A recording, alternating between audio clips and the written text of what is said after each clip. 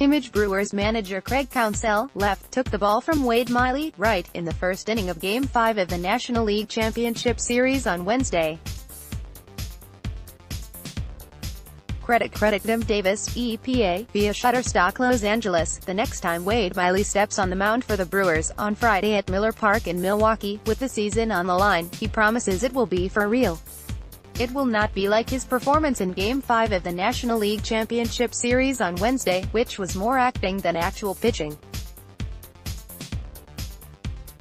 Days before, the Brewers had announced that Miley, a left-handed pitcher, would start the game, and he participated in the customary news conference. To take advantage of the matchup, the Dodgers stacked their lineup with right-handed batters. But Miley faced only one hitter, the left-handed leadoff batter, Cody Bellinger, who walked, and was replaced with Brandon Woodruff, a right-hander who served more like the traditional starting pitcher. It was a surprising and bold move by Brewers manager Craig Counsell. Not many of them knew, Miley said of his teammates. "We kept it a pretty good secret for most of the time. Once the Dodgers and even Miley's own teammates saw Woodruff warming up in the bullpen in the first inning, they realized the tactical maneuver underway. Similar schemes have been pulled in the past, in the 1924 World Series and the 1990 NLCS, for example. This one fits squarely within the trends of modern baseball and the Brewers' larger ethos, particularly during this postseason, employing creative strategies with a staff built around relief pitchers. That's kind of just how we roll over here, man," said Christian Yelich, the Brewers' star right fielder. It's been working out, although the Dodgers sit one game away from consecutive World Series berths after winning 5-2 in Game 5. The surprising Brewers would not have reached this far without these unusual approaches. Some of it is known as bullpenning, the changing of the traditional roles for starting and relief pitchers to maximize matchups against an opponent. Throughout the regular season, the Brewers followed a modern baseball tenet of preventing some starting pitchers from facing an opposing lineup 3 times in a game. The evidence supports it. This year, across baseball, the average on-base plus slugging percentage rose from .712 to .734 to .785 the first 3 times through the order. Only 3 teams in the NL leaned less on their rotation this season than the Brewers. They averaged only 5.2 innings per start. This allowed the Brewers to rely more on their strength, their talented and deep group of relief pitchers, like Josh Hader, Corey Knebel, Jeremy Jeffress, Corbin Burns, Woodruff and others. Even calling them relief pitchers is a misnomer. "We're trying to get away from what the word starter and reliever means," Counsell said before the playoffs began this month. He added later, "We just feel like with the pitchers that we have available that they're going to share the 27 outs." Late last season, the Brewers started relief pitchers often after an injury to the starting pitcher Jimmy Nelson.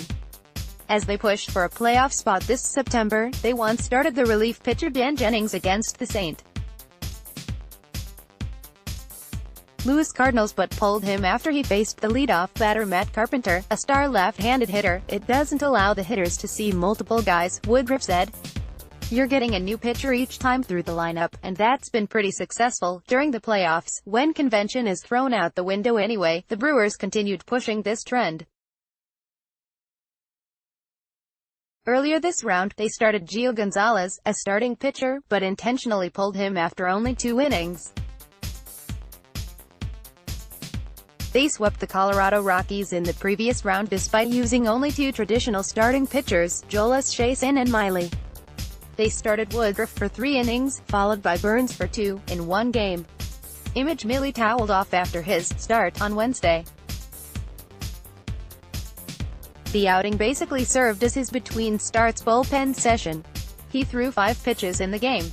Credit Theory How, Getty Images. "We weren't doing it because it was unusual," General Manager David Stern said.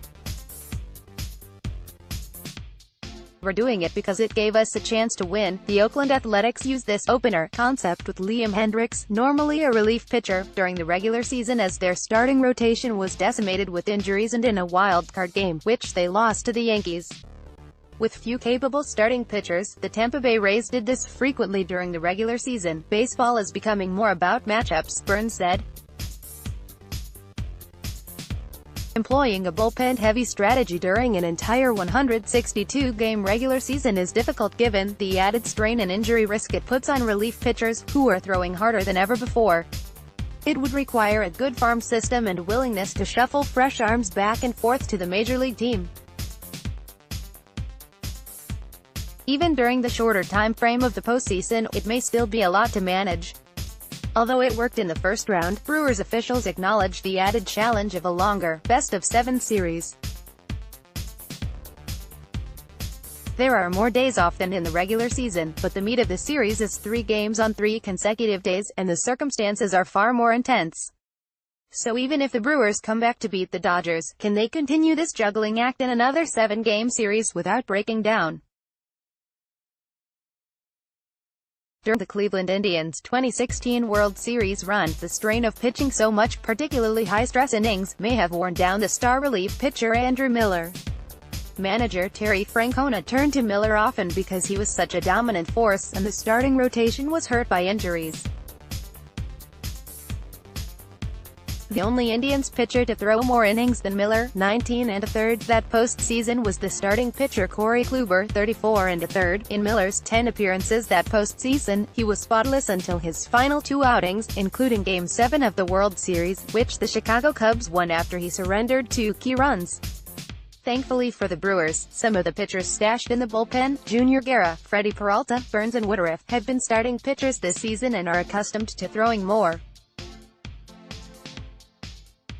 In Game 5, Woodruff threw 5 1/3 stout innings but was charged with 3 runs, 2 earned, after he and Burns sputtered some in the 6th. Even then, the Brewers trailed by only 3-1.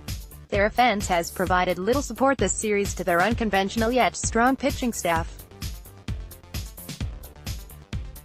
Perhaps one silver lining in the Brewers' loss was that their best relief pitchers, Nebel and Hader, were not used. During the season, Counsell was careful with his use of Hader. Of Hader's 55 appearances, only 5 were on back-to-back days. It helped Hader recover, because most of his outings were more than 1 inning. Coupled with Thursday's day off, Hader and Nebel are ready to carry a heavy load in a win-or-go-home Game 6, and, if necessary, Game 7 the next day. "We're going back home, to me, in a position of strength," Counsell said. And that begins with Miley, who has tossed 10 1/3 scoreless innings this postseason.